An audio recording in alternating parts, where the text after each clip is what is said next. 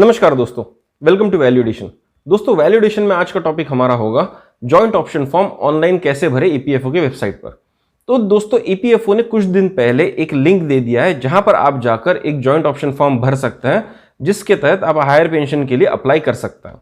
लेकिन दोस्तों ये जो लिंक ईपीएफओ ने दिया है, इसको भरना कैसे है ये जानना बहुत जरूरी है। और जब आप ये भरेंगे तो आपको 100 तरह की दिक्कतें आएंगी। उसी चीज का आंसर लाने की मैंने यहाँ पर कोशिश की है। आज की वीडियो में भी कुछ सवाल जो है वो अनआंसर्ड ही रहेंगे, लेकिन फिर भी मैंने उसका एक ऑल्टरनेटिव देने की एक कोशिश की है जो शायद आपको मददगार साबित हो सकती है। तो चलिए दोस्तों समझते हैं कि ऑनलाइन ऑप्शन फॉर्म भरा कैसे जाएगा। तो दोस्तों सबसे पहले आपको ऑनलाइन ऑप्शन फॉर्म को एक्सेस करने के लिए ईपीएफओ की वेबसाइट पे जाना होगा। और ईपीएफओ की वेबसाइट जाने के लिए सबसे पहले आपको जाना है गूगल पे, और गूगल पे आपको जाके सर्च करना है ईपीएफओ यूनिफाइड पोर्टल।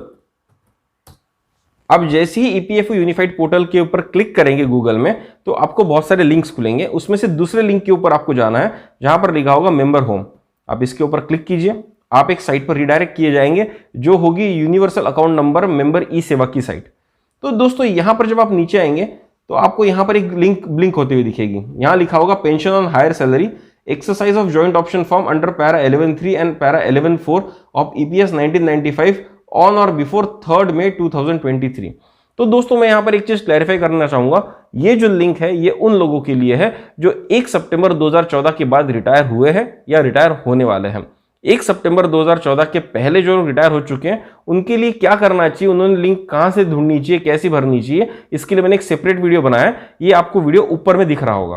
तो जो लोगों को वो वीडियो चाहिए वो वहां पर जाके इस चीज को एक्सेस कर सकते हैं। तो दोस्तों जो लोग 1 सितंबर 2014 के बाद रिटायर हुए उनको इस लिंक के ऊपर क्लिक करना है।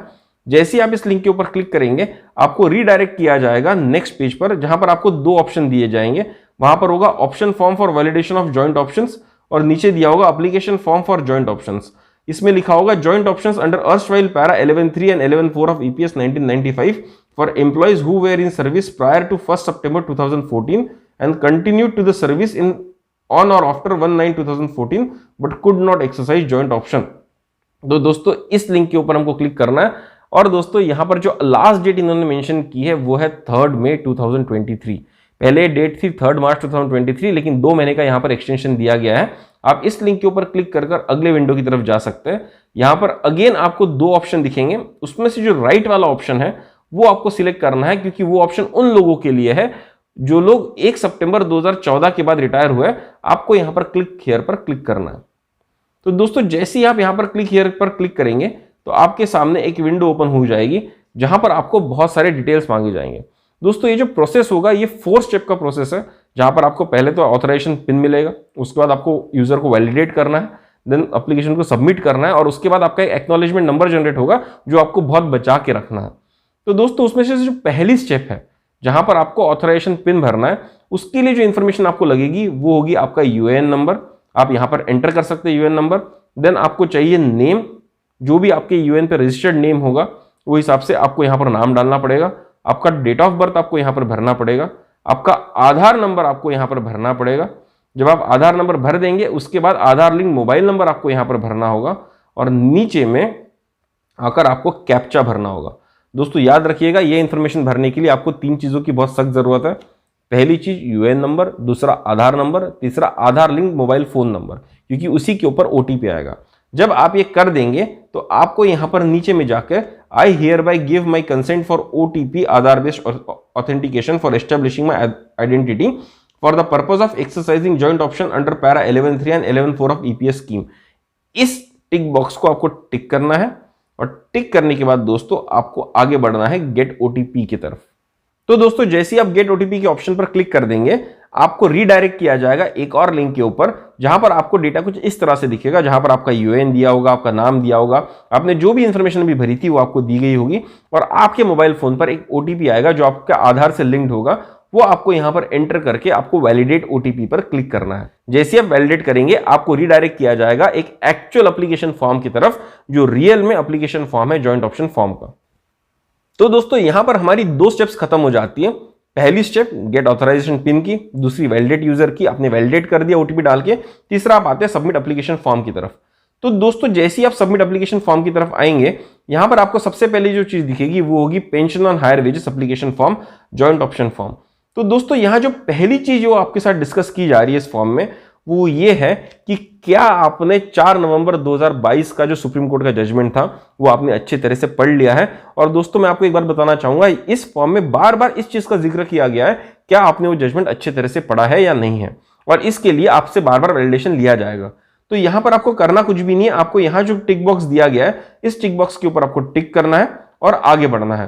क्योंकि आई होप अभी तक आपने इतने सारे वीडियोस देख लिए होंगे, इतने सारे जजमेंट्स या पीडीएफ पढ़ लिए होंगे कि आपको उस जजमेंट के बारे में एक मोटा मोटा आइडिया तो आ ही गया होगा। तो दोस्तों आपको यहां पर नीचे आना है। जैसे ही आप यहां पर नीचे आएंगे तो दोस्तों आपको आपके यूएन डिटेल्स दिखाई देंगे। तो दोस्तों ये जो यूएन डिटेल्स आपको दिखाई देंगे, आपको एक बार चेक कर लेना है ये सही है या नहीं है। वैसे बहुत हद तक तो सही ही होगा। उसके बाद आपको नीचे आना है और यहां पर आपको आपकी सर्विस डिटेल्स डालनी है। तो दोस्तों मैं आपको एक चीज बताना चाहूंगा, यहां पर दो चीजें दी गई है, एक है एफपीएस और दूसरा है ईपीएस। तो दोस्तों एफपीएस और ईपीएस में इतना ही डिफरेंस है कि ईपीएस जो था वो 15 नवंबर 1995 के बाद से इंप्लीमेंट हुआ था। तो इसके पहले जो भी लोग ज्वाइन किए थे अपने सर्विस को, उनके लिए उनकी ज्वाइनिंग डेट से लेके 15 नवंबर 1995 तक एक एफपीएस चला जाता था जिसको कहते थे फैमिली पेंशन स्कीम। लेकिन दोस्तों 15 नवंबर 1995 के बाद से गवर्नमेंट ने एम्प्लॉय पेंशन स्कीम लाई थी और वो पूरा डेटा जो था वो आपका ईपीएस में कन्वर्ट हो चुका था। क्योंकि दोस्तों यहां मैंने 2008 में किसी ऑर्गेनाइजेशन को ज्वाइन किया था, तो उसके हिसाब से मेरा एफपीएस का कोई भी इंफॉर्मेशन यहां पर नहीं दिया गया है, लेकिन ईपीएस का इंफॉर्मेशन यहां पर दिया गया है जिस दिन से मैंने ज्वाइन किया था। लेकिन जो लोग 1995 के पहले ज्वाइन किए हुए हैं उन लोगों को ये चीज याद रखनी है कि उनकी एफपीएस की जो डेट होगी, date of joining of FPS जो होगी, वो उनकी ज्वाइनिंग डेट होगी जब उन्होंने कोई ऑर्गेनाइजेशन को ज्वाइन किया था फॉर द फर्स्ट टाइम। और जो उनकी डेट ऑफ एग्जिट होगी एफपीएस से वो होगी 15 नवंबर 1995। दोस्तों फिर से एक बार बता रहा हूं, डेट ऑफ एग्जिट जो आपकी एफपीएस से होगी वो होगी 15 नवंबर 1995। मोस्टली ये जो डेटा है ये आपके यूएन पोर्टल से फेच कर लिया जाएगा, पर अगर नहीं दिया गया तो आप यहां पर एंटर कर सकते हैं। उसी तरह से दोस्तों बहुत सारे लोग ऐसे होंगे जिन्होंने कई ऑर्गेनाइजेशंस में काम किया होगा, या जब आप गवर्नमेंट सेक्टर में काम करते हैं तो आपके बहुत सारे डिविजन्स में ट्रांसफर होते हैं, तो आपके हमेशा अलग अलग मेंबर आईडीज बनते जाएंगे। जिस जिस स्टेट में आप जाएंगे उस स्टेट के हिसाब से आपका एक एक मेंबर आईडी बनता जाएगा और वो मेंबर आईडी के हिसाब से आपके यहाँ पर रोज ऐड होते जाएंगे। तो दोस्तों अगर आपका कुछ ऐसा केस है जहां पर आपकी ट्रांसफर हो चुकी है या आपने किसी ऑर्गेनाइजेशन को चेंज करके दूसरे ऑर्गेनाइजेशन में शिफ्ट किया था, तो दोस्तों यहां पर आपको ऐड रो करना पड़ सकता है, या तो ये डेटा ऑलरेडी अवेलेबल होगा। और अगर वो डेटा यूएन में अवेलेबल नहीं होगा तो किस तरह से अवेलेबल किया जा सकता है, इसके लिए मैं एक और नया वीडियो बनाने वाला हूं। क्योंकि दोस्तों इस इंफॉर्मेशन की बहुत डिमांड मुझे बहुत कॉर्नर से आ रही है, तो डेफिनेटली उस चीज को सॉल्व करने के लिए मैं वीडियो यहां पर जरूर बनाऊंगा और आपके साथ शेयर भी करूंगा। अगर आप वो वीडियो देखना चाहते हैं तो जरूर सब्सक्राइब कीजिए इस चैनल को, लाइक कीजिए इस चैनल को, ताकि मुझे पता चल सके कि लोगों को वो वीडियो जानने की जरूरत है और वो वीडियो जब भी आए तो आपको एक नोटिफिकेशन मिले जिसके तहत आप उस वीडियो का इस्तेमाल कर सके अपनी इंफॉर्मेशन को अपडेट करने के लिए। तो चलिए दोस्तों आगे बढ़ते हैं। जब आपने आपकी सर्विस डिटेल को वेरीफाई कर लिया, चेक कर लिए, ऐड कर लिया, उसके बाद आपको बढ़ना है मेंबर डिटेल्स के ऊपर। यहां पर दोस्तों आपको कुछ करना नहीं है, यहां पर बस आपका ईमेल आईडी आपको एंटर करना है, जो आपका आधार लिंक बैंक अकाउंट नंबर होगा वो आपको एंटर करना है, उसका आईएफएससी कोड आपको यहां पर एंटर करना है। दोस्तों जो लोग ऑलरेडी पेंशन ले रहे हैं मैं उनसे रिक्वेस्ट करूंगा कि यहां पर वो वही नंबर डालें जिसमें उनकी ऑलरेडी पेंशन आ रही है ना। ऐसे बहुत सारे लोग होंगे जो ऑलरेडी रिटायर हो चुके हैं, उनको पेंशन आ रही होगी, उन्होंने कृपया करके यहाँ पर वही बैंक अकाउंट नंबर डालना है जो ऑलरेडी जिसमें पेंशन आ रही है। उसके बाद जब आप नीचे आएंगे तो आपको यहाँ पर दिया जाएगा joint option form and contribution details का कॉलम। दोस्तों यहाँ पर आपको 4 चीजों के सामने यस और नो क्लिक करना है, और इसमें से जो पहली चीज है वो कहती है whether employer's contribution was received on wages exceeding statutory wage ceiling of ₹5,000 in EPF prior to 1/6/2001 from the day his salary exceeded ₹5,000 applicable only if the date of joining is prior to 1/6/2001। तो दोस्तों यहां पर अगर आपकी date of joining 2001 से पहले की है, 1 जून 2001 के पहले की है, तो आपके लिए ये क्लॉज अप्लीकेबल हो जाएगा। अब दोस्तों यहां पर आपके 2 सिनारियो बनेंगे। आपकी जो पेंशनेबल सैलरी थी उस टाइम की, या जो भी प्रोविडेंट फंड के लिए एलिजिबल सैलरी थी जो जनरली बेसिक प्लस जी होती है, या उस टाइम में कोई और फैक्टर्स होंगे तो उनको भी ऐड करके एक आपकी पेंशनेबल सैलरी बनी जाएगी। उस पेंशनेबल सैलरी के ऊपर, मतलब कि बेसिक प्लस जी एक मोटा मोटा तौर पर अगर हम समझना चाहे, उसके ऊपर जो भी कंट्रीब्यूशन हो रहा था वो पेंशनेबल सैलरी क्या 5,000 के ऊपर थी, और अगर वो 5,000 के ऊपर थी तो क्या वो एक्चुअल जो भी आपका बेसिक प्लस जीए बन रहा था उसके ऊपर एम्प्लॉयर ने पीएफ में कंट्रीब्यूट किया है या नहीं, यहां पर ये चीज पूछी जा रही है। तो दोस्तों जिनका भी 5,000 के ऊपर था उस टाइम का बेसिक प्लस जीए और उनके एम्प्लॉयर ने एक्चुअल बेसिक प्लस जीए पर कंट्रीब्यूट किया है, उनको यहां पर क्लिक करना है यस। अब दोस्तों ऐसे बहुत सारे लोग होंगे कि उस जमाने में जब सैलरीज कम हुआ करती थी तो उनकी बेसिक प्लस जीए जो है वो 5,000 से कम ही थी, तो दोस्तों वो भी यहां पर यस क्लिक कर सकता है। यहां पर नो सिर्फ वो लोग क्लिक करेंगे जिनकी सैलरी 5,000 से ऊपर थी लेकिन उनका एम्प्लॉयर जो था वो सिर्फ सीलिंग के ऊपर ही पैसा कंट्रीब्यूट करता था उनके पीएफ कंट्रीब्यूशन में। और ऐसे केसेस जनरली आपको दिखेंगे प्राइवेट ऑर्गेनाइजेशंस में, जनरली गवर्नमेंट ऑर्गेनाइजेशंस पे एक्चुअल पे ही दिया जाता है। तो दोस्तों यहां पर अगर आप उस यस वाली कैटेगरी में बनते हैं तो आप इसके ऊपर यस क्लिक करेंगे। तो दोस्तों आप यहां पर देखेंगे एक और नई चीज यहां पर उभर कर आई है, वो बोलता है please attach permission under para 26(6) of EPF scheme. तो दोस्तों पैरा 26(6) ये कहता है कि अगर एम्प्लॉय चाहता है एम्प्लॉयर के कोऑर्डिनेशन में कि वो एक्चुअल बेसिक प्लस जीए पे पीएफ पे कंट्रीब्यूट करे या ईपीएस में कंट्रीब्यूट करे तो यहां पर उनको एक जॉइंट डिक्लेरेशन फॉर्म भर के देना होगा, एम्प्लॉय को भी, उसके साथ एम्प्लॉयर को भी, और उसके ऊपर ठप्पा मारा जाएगा किसी भी असिस्टेंट कमिश्नर जो उस टाइम का उनके रीजनल ऑफिस का होगा। रीजनल ऑफिस मतलब यहां पर पीएफ ऑफिस की मैं बात कर रहा हूं, उसका ठप्पा मारकर वो फॉर्म सबमिट करना होगा। तो क्या ऐसा परमिशन असिस्टेंट कमिश्नर से लिया है? तो दोस्तों आप सबको डाउट आएगा कि मुझे क्या पता ऐसा परमिशन लिया गया है कि नहीं गया है, और अगर लिया भी है तो परमिशन मैं लाऊंगा कहां से? तो दोस्तों मैं आपको बताऊंगा यहां पर एक एग्जेम्पशन होता है कि जो ऑर्गेनाइजेशंस बाय डिफॉल्ट अगर एक्चुअल बेसिक प्लस जीए पर अगर कंट्रीब्यूट करते आ रहे हैं तो उनके लिए वो एक एग्जेम्पशन दिया गया है, और कुछ लोगों ने इसके ऊपर बहुत पुख्ता काम करके एक गाइडलाइन बनाई है। मैं वो गाइडलाइन आपके साथ में थोड़ी ही देर में शेयर करूंगा। तो इस पॉइंट को थोड़ा सा हम यहीं पर छोड़ते हैं और मैं आपको बताऊंगा कि इस पॉइंट के लिए क्या किया जा सकता है। लेकिन दोस्तों मैं आपको बताना चाहूंगा यहां पर एक्चुअल में ईपीएफओ की तरफ से कोई भी क्लैरिटी नहीं है। लोगों ने बहुत सारे आरटीआई डालकर, बहुत सारे प्रीवियस आरटीआई की इंफॉर्मेशन को लेकर एक छोटा सा आपके लिए टेम्पलेट बनाया जो आप यहां पर इस्तेमाल कर सकते हो अपलोड करने के लिए। क्योंकि दोस्तों यहां पर आपको एक पीडीएफ फाइल अपलोड करनी है जिसका मैक्सिमम साइज होगा 250 KB, तो मैं आपको बताऊंगा कि किस तरह से किया जा सकता है। उसी तरह से अगर हम सेकंड पॉइंट के ऊपर आएंगे तो वो पॉइंट था whether employer's contribution was received on wages exceeding statutory wage ceiling of rupees 6,500 in EPF prior to 1/9/2014 from the day his salary exceeded 6,500। जैसे कि पहले ऑप्शन क्लॉज में जो था आपका सीलिंग जो था 5,000 रुपए का था, अब 2014 तक वो सीलिंग था 6,500 का। तो यहां पर फिर से सेम चीज पूछी जा रही है कि क्या आपकी बेसिक प्लस जीए जो थी वो 6,500 के ऊपर थी, और 6,500 के ऊपर थी तो क्या आपने एक्चुअल बेसिक प्लस जीए पे कंट्रीब्यूट ईपीएफ में करवाया था आपके एम्प्लॉयर से? तो दोस्तों यहां पर फिर से आंसर सेम रहता है, जिनका एक्चुअल में कंट्रीब्यूट हुआ है एक्चुअल बेसिक प्लस जीए पर वो यहां पर यस क्लिक कर सकते हैं। जिनकी सैलरी 6,500 से कम थी वो भी यस क्लिक कर सकते हैं, लेकिन वो लोग यहां पर नो क्लिक करेंगे जिनकी सैलरी 6,500 के ऊपर थी लेकिन फिर भी उनके एम्प्लॉयर ने जो कंट्रीब्यूशन किया वो सिर्फ और सीलिंग लिमिट के ऊपर ही किया था, उनके एक्चुअल बेसिक प्लस जीए पर नहीं किया था। ऐसे लोग यहां पर नो सिलेक्ट करेंगे और मैं बता दूंगा ऐसे लोग वैसे भी एलिजिबल नहीं होंगे। अब दोस्तों यहां पर अगर आप क्लिक करते हैं यस तो अगेन फिर से आपको परमिशन मांगी जाएगी। मैं आपको डिटेल में बताऊंगा कि परमिशन कैसे आती है।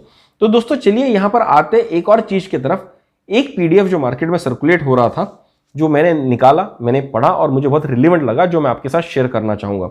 ये पीडीएफ जो है दोस्तों बनाया गया है मिस्टर प्रवीण कोहली जो गुड़गांव में रहते हैं और मिस्टर नीरज भार्गव जो जयपुर में रहते हैं। इन्होंने एक EPS 95 सेवा ग्रुप फेसबुक पर फॉर्म किया है और दोस्तों इसके तहत ये बहुत अच्छा काम करता है। रिटायर्ड लोगों को, जो लोग रिटायर होने वाले हैं उनको हेल्प कर रहे हैं यहाँ पर कि किस तरह से हायर पेंशन के लिए जो भी दिक्कतें उनके सामने आ रही है उसको सॉल्व किया जा सके। तो दोस्तों उसके तहत उन्होंने एक अटैचमेंट यहाँ पर बनाया जो मैं आपके साथ शेयर करना चाहूंगा। दोस्तों उन्होंने एक अटैचमेंट बनाया है उन ऑर्गेनाइजेशंस के लिए या उन एम्प्लॉयज के लिए जो एग्जेम्प्टेड या अनएग्जेम्प्टेड एस्टेब्लिशमेंट्स में काम करते थे। दोस्तों यहाँ पर एग्जेम्प्टेड एस्टेब्लिशमेंट्स क्या है? वो ऐसे ऑर्गेनाइजेशंस है जो खुद का पीएफ ट्रस्ट मेंटेन करते हैं, और अनएग्जेम्प्टेड ऑर्गेनाइजेशंस क्या है? जिनका पीएफ कंट्रीब्यूशन डायरेक्टली ईपीएफओ में जाता है, जो खुद का ट्रस्ट मेंटेन नहीं करते हैं। तो दोस्तों ये थी डेफिनेशन एग्जेम्प्टेड और अनएग्जेम्प्टेड एस्टेब्लिशमेंट की। तो दोस्तों मैं आपको बताना चाहूंगा ये जो फॉर्मेट इन्होंने मिस्टर प्रवीण कोहली और नीरज भार्गव ने यहां पर हमको दिया है, ये उन्होंने बहुत सारे आरटीआई फाइल करने के बाद में, बहुत सारी चीजें पढ़ने के बाद में उन्होंने एक छोटा सा गाइडलाइन फॉर्मेट यहां पर बनाया गया है। ये फॉर्मेट ईपीएफओ ने नहीं दिया गया है। जो लोग जल्दी जल्दी फॉर्म भरना चाहते हैं वो इस फॉर्मेट को इस्तेमाल कर सकते हैं। लेकिन दोस्तों मेरी एक एडवाइस रहेगी कि टाइम आपको 3 मई 2014 तक का दिया गया है। आप चाहे तो 3 मई 2014 के 1 महीने पहले तक आप वेट कर सकते हैं, मतलब तकरीबन आप 1 अप्रैल तक आप वेट कीजिए। बहुत सारी क्लैरिटी ईपीएफओ की तरफ से आएगी और उसके बाद ही आप एक फॉर्म भरें। लेकिन फिर भी अगर नहीं आता है तब तक तो क्या करना चाहिए उसके लिए मैं आपको बताऊंगा, और शायद आप इसमें इंटरेस्टेड होंगे, इसलिए मैं आपके साथ शेयर करना चाहूंगा। तो दोस्तों ये जो चीज आपको अभी स्क्रीन पर दिख रही है, यह है टेक्स्ट ऑफ अटैचमेंट 1। ये आपको वहां पर भरना पड़ सकता है जहां पर परमिशन मांगी गई है पैरा 26(6) के तहत। तो दोस्तों यहां पर सबसे पहले तो आपको आपका पीपीओ नंबर और यूएएन नंबर यहां पर भरना है। पीपीओ नंबर कैसा फाइंड करना है, जो लोग रिटायर हो चुके हैं उनके लिए मैंने एक लिंक बनाई है, वो लिंक आप ऊपर में रेफर कर सकते हैं। इस वीडियो को जब आप रेफर करेंगे तो आपको क्लियरली बताया जाएगा कि आपका पीपीओ नंबर आप ऑनलाइन कैसे फाइंड कर सकते हैं। अगर ऑलरेडी आपके पास पीपीओ नंबर आपका है तो आप यहां पर फिल कर दीजिए, आपका नेम भर दीजिए और यहां पर नीचे आइए, मैं आपको दिखाता हूं इसमें क्या दिया गया। यहां पर लिखा गया proof of joint option under para 26(6) of EPS scheme duly verified by employer. यहां पर पहला पॉइंट ये कहता है the documents being referred herein below belong to EPFO itself and as such require no verification of employer. दोस्तों इस document में बहुत सारे ईपीएफओ के सर्कुलर्स का लिंक दिया गया है, उनको मेंशन किया गया है और ये ईपीएफओ के खुद के सर्कुलर है, ऐसा यहां पर कहा गया है। Regarding contribution of employee and employer towards PF of actual salary as provided under para 26(6) may be seen in terms and conditions granting exemption to my establishment। अगर आपकी exempted organization है तो आपको ये क्लॉज वैलिड होगा, आपको ये clause रखना है। जो क्लॉज आपको अप्लीकेबल नहीं है वो आपको यहां से निकालकर आपका खुद का फॉर्म बनाना है, ये जस्ट एक टेम्पलेट है। Copy of the payslip for the month when salary exceeded ₹5,000 being attached, which may be verified by EPFO form, annual form 7PS for exempted and 3A for unexempted which have already been sent by my employer। तो दोस्तों यहां जो proof उन्होंने मांगा है कि क्या आपकी सैलरी 5,000 के ऊपर थी, और अगर थी तो क्या उसके ऊपर एक्चुअल बेसिक प्लस जीए पर आपका पीएफ कंट्रीब्यूशन एम्प्लॉयर साइड का कटता था या नहीं कटता था। उसके लिए इन्होंने यहां पर सजेस्ट किया है कि उस टाइम की अगर कोई रिलेवेंट पे स्लिप आपके पास अवेलेबल होगी जिसमें डेटा दिया होगा क्लियरली, तो वो आप इस फॉर्म के साथ नीचे में अटैच कर यहां पर अपलोड कर सकते हैं जॉइंट ऑप्शन फॉर्म भरने के लिए। दोस्तों आई होप ये पॉइंट आपको यहां पर क्लियर होगा। आपको एक पेस्लिप की कॉपी लगेगी जो प्रूफ की तरह एक्ट करेगी उस जमाने के पीएफ कंट्रीब्यूशन को वेरीफाई करने के लिए। दूसरी चीज, copy of the payslip for the month when salary exceeded ₹6,500 being attached which may be verified by EPFO from annual form 7PS for exempted and 3A for unexempted which have already been sent by my employer। दोस्तों जो second point था वहां पर जो हम joint declaration में देख रहे थे, वहां पर 6,500 की लिमिट के लिए था, तो वहां पर ये वाला चीज आपको सिलेक्ट करके मेंशन करना है और इसके साथ भी आपको उस रिलेवेंट पीरियड की एक पे स्लिप लगानी है जो प्रूफ की तरह एक्ट करेगी। अगर आप नीचे आएंगे यहां पर लिखा होगा clarification given as per letter ACC HR and RJ amendments compliance /374/1108 dated 3/1/2013 by zonal office HR and RJ EPFO Faridabad, copy attach. तो दोस्तों यहां पर इन्होंने एक जो सर्कुलर निकला गया था या क्लैरिफिकेशन दिया गया था राजस्थान ऑफिस से या हरियाणा ऑफिस से, वो यहां पर इन्होंने अटैच किया है, वो मैं आपको साथ में दे दूंगा और वही आपको अटैच करना है इस फॉर्म के साथ। और ये जो सर्कुलर था या ये जो क्लैरिफिकेशन था ये क्या कहता है, under this circumstances provision of para 26(6) of EPF scheme 1952 are not applicable to the exempted establishments. More section 17(1) of EPF and MP act 1952 relaxes section 26/6. Inspectors from regional office used to inspect the office records from time to time and none of them ever raised any objection regarding remittance of the contribution on actual salary paid for exempted। तो दोस्तों यहां पर यह चीज mention की गई है कि जो पैरा 26(6) है ऑफ EPS स्कीम 1952 वो अप्लीकेबल ही नहीं है एग्जेम्प्टेड ऑर्गेनाइजेशंस के लिए। तो जो भी ऑर्गेनाइजेशंस खुद का पीएफ ट्रस्ट मेंटेन करती है उनके लिए 26/6 तो अप्लीकेबल ही नहीं है। ये क्लैरिफिकेशन हरियाणा और राजस्थान के रीजनल पीएफ ऑफिस ने खुद दिया हुआ है। और दोस्तों जो लोग एग्जेम्प्टेड ऑर्गेनाइजेशन में वर्क करते हैं उनके लिए यहां पर कहा गया है कि जो इंस्पेक्टर्स थे रीजनल ऑफिसेस के, वो जाकर बार बार ऑडिट करते थे, रिकॉर्ड्स को चेक करते थे और किसी ने भी आज तक कोई भी ऑब्जेक्शन नहीं उठाया था जब भी पीएफ एक्चुअल सैलरी पर दिया गया था। तो ईपीएफओ के नजर में हर चीज थी और फिर भी उन्होंने कोई ऑब्जेक्शन नहीं उठाया था, तो यह माना जा सकता है कि ईपीएफओ को सब कुछ पता था और उन्होंने हमको परमिशन दे दी गई थी। उसी तरह से जो पॉइंट नंबर 6 है यहां पर वो लिखा गया है your attention is also drawn towards EPFO head office circular pen I 12/3396 amendment volume 4 16762 dated 20/1/2009, copy attached, addressed to all RPFCs, wherein it has been clarified that however, if an employer and employee have contributed under EPF scheme 1952 on wages higher than the statutory wage limit without joining option of employee and employer, and EPF account of concerned employee has been updated by EPFO on the basis of such contribution received, then by action of employee, employer and EPFO, it can be inferred that joint option of employee and employer has been exercised and accepted by EPFO. तो दोस्तों यहां पर यह चीज कही गई है कि अगर 26/6 का जॉइंट ऑप्शन फॉर्म एम्प्लॉय और एम्प्लॉयर ने भरकर असिस्टेंट कमिश्नर का ठप्पा नहीं लिया गया था, लेकिन एक्चुअल सैलरी पे उनका पीएफ कंट्रीब्यूशन कटता था और वो ईपीएफ अकाउंट में जाता था, then by the action of employ, employer and EPFO it can be inferred that joint option of employ and employer has been exercised and accepted by EPFO.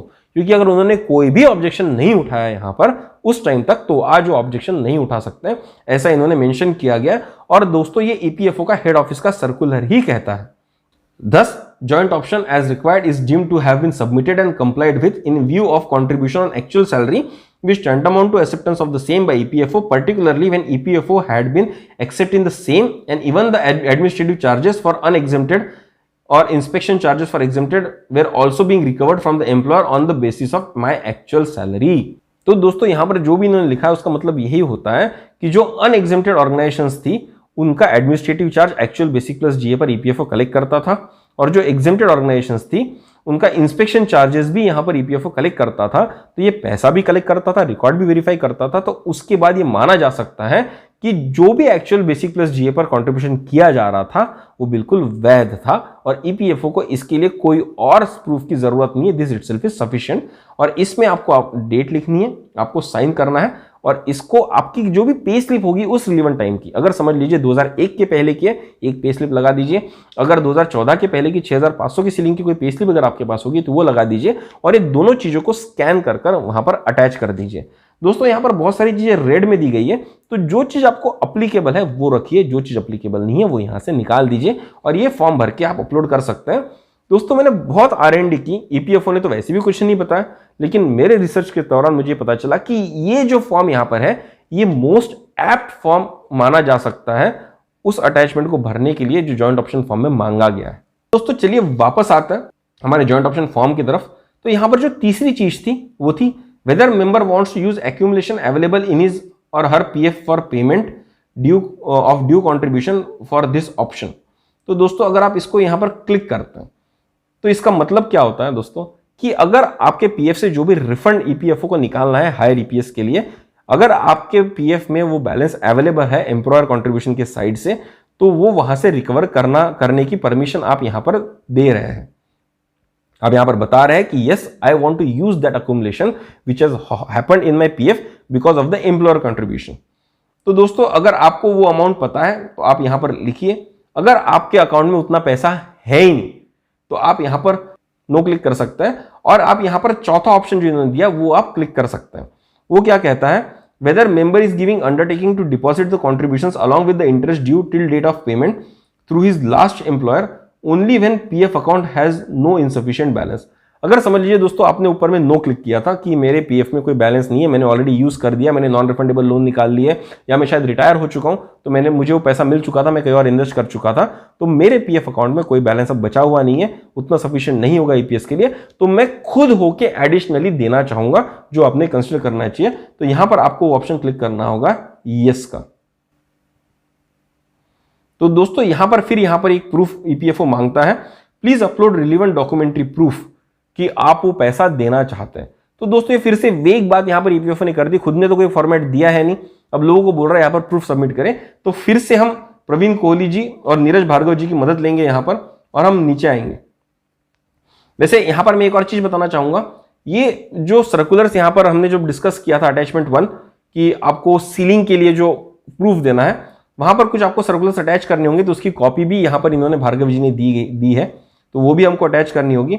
और जब आप नीचे आएंगे टेक्स्ट ऑफ अटैचमेंट 2 की तरफ, कि जब वो मांग रहा है कि आप विलिंग है पैसा देने के लिए ईपीएफओ को, जो भी आपका एक्स्ट्रा कंट्रीब्यूशन रिफंड करना है आपको ईपीएस के लिए, तो उसके लिए दोस्तों यहां पर फिर से एक बार एक फॉर्मेट यहां पे बनाया गया है, जो एड्रेस किया गया रीजनल प्रोविडेंट फंड कमिश्नर को, और यहां पर दिया गया undertaking to deposit the differential amount of contribution along with due interest, कि भाई मैं एक अंडरटेकिंग लिख के देता हूं आपको कि जो भी आपका कंट्रीब्यूशन मुझसे रिकवर करना है मैं देने को तैयार हूं, उसके ऊपर जो भी इंटरेस्ट लगता है मैं वो देने को तैयार हूं, आप मुझसे ले लीजिए।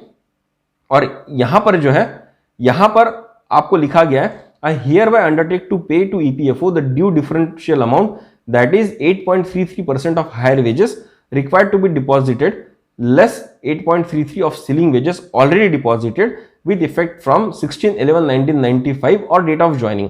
तो दोस्तों जो लोग लेट ज्वाइन किए 1995 के बाद ज्वाइन किए वो यहां पर अपनी डेट ऑफ ज्वाइनिंग डालकर इस फॉर्म को भर सकते हैं। Till the date of my exit along with the due interest under erstwhile para 11.3 since deleted and para 11.4 of EPS 95 through my last employer. तो दोस्तों यहां पर बताया गया कि मेरा कुछ पैसा ऑलरेडी कटता था लेकिन एक्चुअल बेसिक प्लस जीए पे इतना पैसा कटना चाहिए था, वो जो डिफरेंस बनेगा मैं विद इंटरेस्ट आपको पे करने के लिए तैयार हूं और ये एक अंडरटेकिंग है, आप यहां पर भरकर दे सकते हो। दोस्तों मैं फिर से एक बार बताऊंगा, ये जो दोनों फॉर्म प्रवीण जी ने और नीरज जी ने यहां पर हमारे लिए बना के रखे हुए हैं ये टेंटेटिव है, ये ईपीएफओ ने नहीं दिए, लेकिन ये बहुत सेंस बनाते हैं। अगर आप भरना चाहे तो इसको शायद ही डिनाई किया जा सकता है क्योंकि इन्फॉर्मेशन जो इन्होंने यहां पर दी गई है वो बहुत पुख्ता तरह से है। लेकिन फिर भी मैं आपको एडवाइस करूंगा कि इस फॉर्म को भरने से पहले आप थोड़ा 1 महीना रुक जाइए, हो सकता है अप्रैल के महीने तक कुछ क्लैरिफिकेशन ईपीओ की तरफ से आ जाए और उसके बाद आप ये फॉर्म भरिए। कुछ भी हड़बड़ी नहीं है दोस्तों, आराम से भरिएगा, सही तरह से भरिएगा। लेकिन दोस्तों जब आपने ये सब चीजें पूरी तरह से भर दिए तो एंड में आपको डिक्लेरेशन की तरफ आना है। और दोस्तों ये डिक्लेरेशन डिस्कस करने लायक है क्योंकि इसमें एक कंडीशन ईपीएफओ ने ऐसी डाली है जो शायद बहुत ट्रिकी हो सकती है और यहां पर ईपीएफओ के इंटेंशन थोड़े से डाउट किए जा सकते हैं। तो दोस्तों ये जो डिक्लेरेशन पॉइंट आपसे यहां पर भरवाए जाएंगे उसमें पहला पॉइंट जो लिखा है वो लिखा है I hereby declare that I have read and understood the judgment of SLPC number 8658-8659 of 2019 dated 4/11/2022 of the Honorable Supreme Court and I am exercising this joint option in terms of direction contained in the said judgment। तो जैसे दोस्तों मैंने पहले भी कहा था, बार बार आपको ये चीज बताई जाएगी कि भाई जो जजमेंट आया था नवंबर में, क्या आपने उसको पढ़ा है? हाँ मैंने पढ़ा है, आपको यहाँ पर क्लेम करना है। I understand and agree that as a member of EPS, my right to claim pension are limited to scope of judgment and within the EPF and MP Act 1952 and the schemes framed thereafter। यहाँ पर ये कहता है कि जो भी मेरे rights यहाँ पर होंगे इस जजमेंट के तहत, जो भी मैं ऑप्शन फॉर्म भर के दे रहा हूँ उसके तहत, वो किसी EPF act and MP act 1952 के तहत होंगे और जो जजमेंट दिया उसके तहत होंगे। अब दोस्तों यहाँ से जब आप नीचे आएंगे तो आपको यहाँ पर एक और सबसे इंपॉर्टेंट कंडीशन दी गई है। वो कंडीशन है I further understand that the central government is empowered to amend the scheme as it may deem fit. दोस्तों इसी ट्रिकी कंडीशन की मैं बात आपके साथ कर रहा था। यहां पर इन्होंने डिक्लेरेशन में एक एसेंट हमसे मांगा है कि सेंट्रल गवर्नमेंट चाहे तो फ्यूचर में स्कीम को अमेंड कर सकती है और जो भी अमेंडमेंट होगा वो मुझे मान्य होगा। दोस्तों मैंने बहुत सारे वीडियोस में पहले भी आपको कहा है कि ये जो स्कीम अगर इंप्लीमेंट हो जाती है तो ईपीएफओ के लिए फाइनेंशियल वायबल नहीं है। गवर्नमेंट को बहुत सारा खर्चा अपने जेब से करना होगा जो आज की सरकार शायद विलिंग नहीं है। इसीलिए क्लॉज यहां पर डाला गया है कि कल जाकर उस स्कीम में अमेंडमेंट आ जाते हैं, कुछ टर्म्स एंड कंडीशन चेंज होते हैं तो वो आपको अप्लीकेबल होंगे। तो दोस्तों टर्म्स एंड कंडीशन किस तरह से हो सकते हैं मैं आपको जस्ट एक आउटलाइन देना चाहता हूं। वो इस तरह से हो सकते हैं कि आपके पेंशन के ऊपर कोई सीलिंग डाल दी जाएगी या जो नंबर ऑफ मंथ्स का जो एवरेज बेसिक प्लस जे कैलकुलेट किया जा सकता है वो बहुत बढ़ा दिया जाएगा। जैसे कि दोस्तों 2014 के पहले आपके लास्ट 12 महीने का जो बेसिक प्लस जे का एवरेज हुआ करता था वो पेंशन के लिए कैलकुलेट होता था। 2014 के बाद में इसी को बोला गया कि जो आपके 60 महीने का जो बेसिक प्लस जी होगा लास्ट का उसको कंसिडर किया जाएगा। हो सकता है फ्यूचर में इसको 60 महीने का चेंज करके 90 महीने कर दे, 100 महीने कर दे, ये तो ईपीएफओ की मर्जी है, उसी चीज का कंसेंट यहां पर लिया जा रहा है। या तो जो पेंशनेबल सर्विस ईयर से उसका फॉर्मूला बदल दिया जाए तो हो सकता है कि आपकी पेंशन जाके फ्यूचर में कम हो सकती है। आप बस यहां पर प्रे कर सकते हैं कि ऐसा ईपीएफओ कुछ भी ना करे जो आपको चीट होने का एक फीलिंग दे सके। लेकिन दोस्तों इस चीज का कंसेंट इन्होंने यहां पर ले लिया गया है और कल जाके आप उस चीज को मना नहीं कर पाओगे। उसके बाद दोस्तों बहुत सारी कंडीशन दी गई है कि I hereby agree that the details of contribution and interest given by employers are essential for computation of dues payable so and so. ऐसी बहुत सारी यहां पर इन्होंने कंडीशंस दी गई है जिसके लिए आपके पास हाँ बोलने के अलावा कोई भी खास ऑप्शन है नहीं। लेकिन फिर भी मैं कंडीशन आपके डिस्कस कर रहा था just because of that condition number 3 जहां पर सेंट्रल गवर्नमेंट आपसे कंसेंट ले रही है किसी भी फ्यूचर अमेंडमेंट को एक्सेप्ट करने की। अब दोस्तों पूरा डिक्लेरेशन फॉर्म हमने भर दिया। उसके बाद आपको यहां पर प्लेस में एंटर प्लेस करना है, आपको आई एग्री के ऊपर क्लिक करना है। जैसे आप आई एग्री के ऊपर क्लिक करेंगे नीचे एक कैप्चा आ जाएगा, कैप्चा को आपको यहां पर फिल करना है और आप पहले तो सेव ड्राफ्ट करके एक बार पूरा देख लीजिए कि आपने क्या क्या भरा है, इन्फॉर्मेशन सही है या नहीं। उसके बाद यहाँ पर सबमिट एप्लीकेशन के ऊपर आप क्लिक करके अपना एप्लीकेशन सबमिट कर सकते हैं। और जब आप ये सबमिट एप्लीकेशन करेंगे उसके बाद आपको एक एक्नॉलेजमेंट नंबर जनरेट होगा और वो एक्नॉलेजमेंट नंबर आपको बचा के रखना है for all the future references with the EPFO regarding higher EPS. तो दोस्तों उम्मीद करता हूं कि ये हायर पेंशन का जो जॉइंट ऑप्शन फॉर्म है ये कैसे भरना है आपको इसके ऊपर क्लैरिटी आ चुकी है। और इस फॉर्म में बहुत सारे लूप होल्स है कि आपको बहुत सारे अटैचमेंट भरने हैं। वो अटैचमेंट के ऊपर ईपीएफओ ने कोई क्लैरिटी नहीं दी, कोई फॉर्मेट इशू नहीं किया। लेकिन मिस्टर प्रवीण कोहली और नीरज भार्गव ने कुछ हमारे लिए टेंटेटिव एक फॉर्मेट बनाया, आप चाहे तो उसको यूज कर सकते हैं।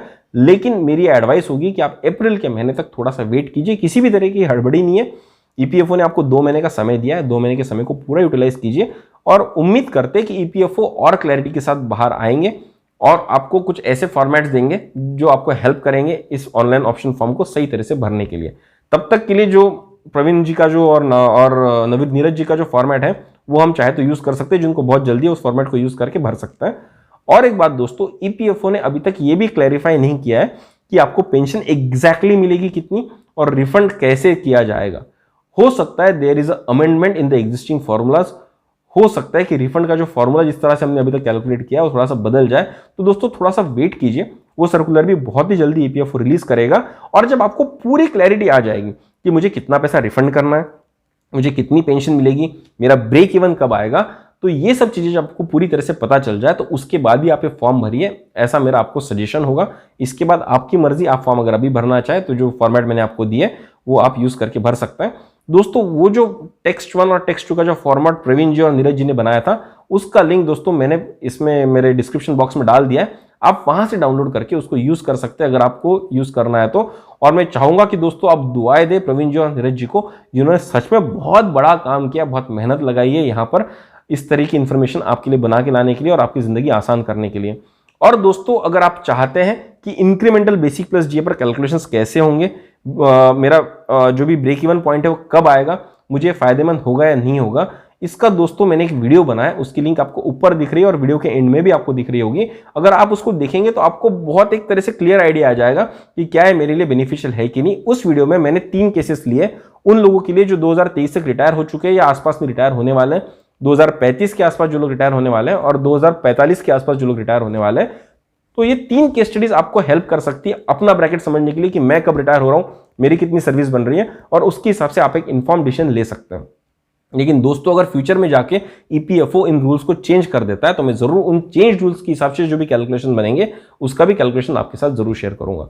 तो दोस्तों अगर आपको इस वीडियो से कुछ फायदा हुआ है, अगर आपको इस वीडियो में कुछ वैल्यू दिखता है तो जरूर सब्सक्राइब कीजिए हमारा चैनल वैल्यू एडिशन, जरूर शेयर कीजिए अपने दोस्तों के साथ, अपने परिवारजनों के साथ, ताकि उनको भी हेल्प हो सके ये समझने के लिए कि जॉइंट ऑप्शन फॉर्म भरना कैसे है। तो दोस्तों चलिए बहुत जल्दी मिलेंगे किसी और नए डिस्कशन के साथ, तब तक के लिए सब्सक्राइब कीजिए हमारा चैनल वैल्यू एडिशन। धन्यवाद।